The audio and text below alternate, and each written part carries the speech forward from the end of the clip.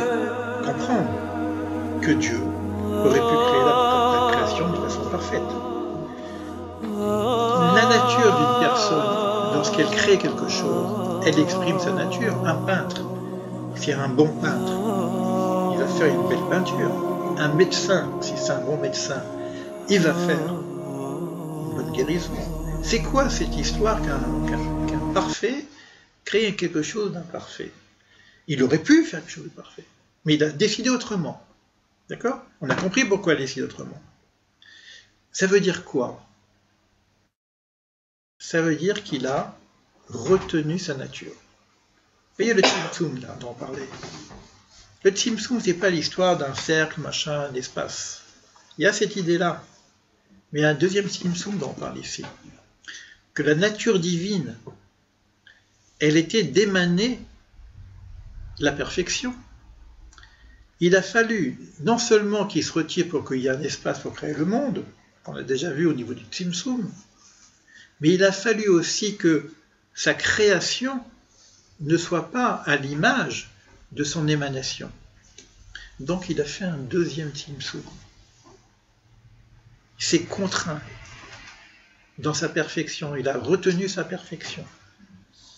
Le terme qui vient dire qu'il retient cette perfection, c'est le nom divin qui s'appelle Shaddai. Ça suffit.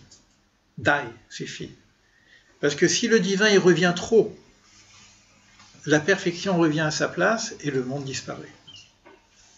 Il y a une nécessité d'un système, disons, provisoire et d'imperfection pour que le monde puisse tenir. Donc l'influx divin ne peut pas revenir dans sa totalité, sinon il reprend sa place. Et il n'y a plus d'homme, il n'y a plus d'être. Vous comprenez? C'est une idée qui n'existe pas dans le judaïsme. C'est une idée qui existe un peu peut-être dans le bouddhisme, je ne sais pas, qui est le retour à la source, c'est-à-dire qu'on disparaît dans la source. Là non, il y a une protection de la créature en retenant cette lumière infinie pour pas qu'elle reprenne sa place. D'accord? Alors c'est intéressant d'entendre le Tzimtzum de cette façon-là. Parce que c'est quoi le Tzimtzum? C'est de ne pas trop prendre de place, mais c'est aussi de ne pas être trop grand, de se retenir. En tant que parent, par exemple, si je suis trop intelligent, mon fils ne peut pas grandir. De temps en temps, je vais me mettre à sa dimension. Je vais communiquer avec lui selon son principe et non pas selon mon principe. Vous comprenez? Ce qui fait que toute la relation avec Dieu, du point de vue divin, c'est selon le principe de la créature. Donc Dieu se met à notre disposition et à notre limite. Et en fonction de la façon dont moi je demande, je recevrai. Et non pas la façon dont Dieu veut donner. Parce que sinon, j'existe plus, je brûle. Je ne peux recevoir que ce que je suis capable de demander. Vous comprenez? C'est-à-dire, tout va dépendre de ce que moi je fais dans ce monde. C'est pas que... C'est ça qui est important. Il est maître du monde, il retient sa toute-puissance pour que nous puissions, nous, jouer des jeux de la créature. Il y a une phrase qui est extraordinaire, qui est très difficile à comprendre, mais qui est très belle quand vous comprenez. Noten ose les Elohim. Donnons de la force à Dieu. Quoi? Je vais donner de la force à Dieu? C'est pas le Tout-Puissant? Non, puisque dans son principe, il a décidé que ça va dépendre des actions des hommes, si je fais les choses comme il faut, je donne la force à Dieu de faire ce que sa volonté. Mais si je ne fais pas ce qu'il faut, bah tant pis. Lui, il nous suit. C'est pour ça qu'un assassin, il peut tuer. Parce que sinon, c'est pas possible qu'un assassin puisse tuer. Comment le sang divin qu'il y a dans une main puisse arriver à tuer? C'est une liberté qui existe. Ça va dépendre du travail que je fais, ma capacité de recevoir. Il y a des flux du vin, il y a un flux divin, il y a des canaux, et en bas, il y a des robinets. Ben, ouvre le robinet. La force est liée, hein. Mais tu n'ouvres pas le robinet, ben, tu n'as pas d'eau. C'est valable pour tout le monde? C'est valable pour tout le monde, bien sûr. Mais pourquoi ben, oui, bien sûr. Pourquoi il y a des gens qui sont en bonne santé spirituelle, il y a des gens qui sont tordus? Comment ça se fait? Qu'est-ce qui fait qu'il y a des tordus? Mais qu'est-ce qu'il pense quand tu vois l'étendue du désastre? J'ai pas compris. Mais qu'est-ce qu'il pense, Dieu, quand tu vois l'étendue du Alors désastre? le problème, c'est que quand on parle de Dieu, on va arriver à un langage qui est le langage humain. Donc Dieu dit, la Torah va parler de Dieu avec un langage humain. Or, ce n'est pas Dieu. On va dire que Dieu pleure. Il pleure. Comme un père peut pleurer. Alors maintenant, on va mettre des sentiments à Dieu, n'est-ce pas? Mais c'est l'idée de la souffrance. Quand on dit par exemple que lorsque nous sommes en exil, Dieu est en exil. C'est pas simplement l'homme qui est en exil, et que Dieu il est là dans son palais, c'est que Dieu est en exil. Donc tout ce qu'on fait comme acte néfaste, en fait tomber, en fait descendre la divinité quelque part. Mais c'est symbolique, hein. Mais l'idée, elle est là. L'idée, elle est là. Donc on a ce principe qui s'appelle le Tzimtzum. Là, on est rentré dans le premier klal. Si je vous lis les klalim, qu'est-ce que le Tzimtzum? C'est que Dieu retient sa perfection pour que le monde soit dans l'idée qu'on vient de dire et que l'homme puisse être libre. Sinon, il remplit à nouveau.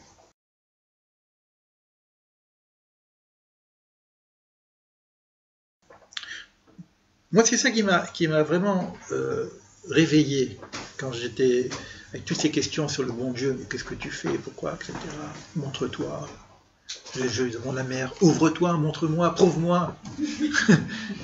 Mais s'il me prouvait, j'existe plus. J'existe plus. S'il se révèle à moi, et la lumière, c'est fini, la petite bougie elle disparaît dans la lumière, on n'existe plus. Et qu'est-ce qui explique, par exemple, l'illumination? L'illumination, c'est comme la prophétie, je veux dire. On a une capacité de spiritualité extraordinaire, mais c'est une goutte de l'océan, c'est même pas une goutte. C'est-à-dire que d'un côté, il y a les 100 000 volts, et puis il y a une illumination au niveau de l'humain. Donc, ce qui est dit que non seulement, écoutez bien, ça c'est le texte, hein, j'avance un petit peu, non seulement il n'a pas créé l'homme selon la perfection divine, mais il ne nous a pas créé selon la perfection humaine. C'est-à-dire que notre perfection, c'est pas je ne sais pas si vous comprenez.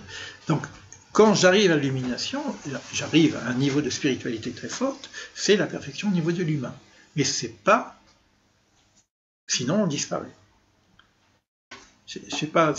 Alors, le prophète, quelque part, on a l'impression qu'il disparaît, mais il est encore vivant. Mais il devient canal. D'accord? Il devient canal de cette capacité d'exprimer le divin. L'inspiration, l'aspiration, l'illumination, tout ça, tout ce qui peut nous allumer. Tu vois, il ne faut pas qu'on soit trop allumé non plus, parce que sinon on bascule. Mais à force d'être en relation avec le divin, là, par exemple, qu'est-ce qui se passe dans cette salle? Qu'est-ce qui se passe dans ce que je suis en train de faire? Depuis tout à l'heure, je parle de Dieu. Donc, quelque part, il y a une illumination, il y a quelque chose qui émane. Donc on est aspiré, on est branché, on est focalisé, c'est le focus, c'est l'intentionnalité. Donc il y a quelque chose qui se passe. Après, je vais aller dans mes affaires. Ben, je vais dans mes affaires, c'est pas mal en soi, parce que c'est la réalité de notre monde. Mais c'est vrai que si, d'une façon régulière, je fais un travail précis d'étude, d'approfondissement, de compréhension, après avec les instruments qu'il nous faut, parce que là on n'a pas encore parlé des instruments, mais il y a des instruments qui peuvent nous aider là-dessus, quand ce soit l'étude, que ce soit la relation humaine, il y a plein de choses qui peuvent nous aider, qu'on appelle ça les mitzvot, qu'on appelle ça l'étude, etc. Ben, on se branche, et c'est notre neshama qui commence à se nourrir, et cette lumière qui vient de la neshama, cette lumière, va illuminer la partie de notre personne, donc notre corps, notre esprit, etc. Ça, c'est le processus qui nous est donné dans cette proposition. Donc, la création procède d'un retrait de la perfection. Ça s'appellera le Tzimtzum. Pour nous, l'enseignement qu'on peut tirer de là-dessus, je terminerai sur ça, de la même façon que, si j'ai bien compris, que pour que l'existence soit, le principe divin s'est contraint dans sa perfection, s'est retiré, s'est réduit pour laisser place au monde. Et comme il nous a créé à son image au niveau du principe, si je veux arriver à la reconnexion, ben je dois faire la même chose que Dieu. C'est-à-dire quoi? Simsum. C'est-à-dire que je dois moi-même me contraindre, me réduire, ce qu'on appelle le bitulayesh, la réduction du monde.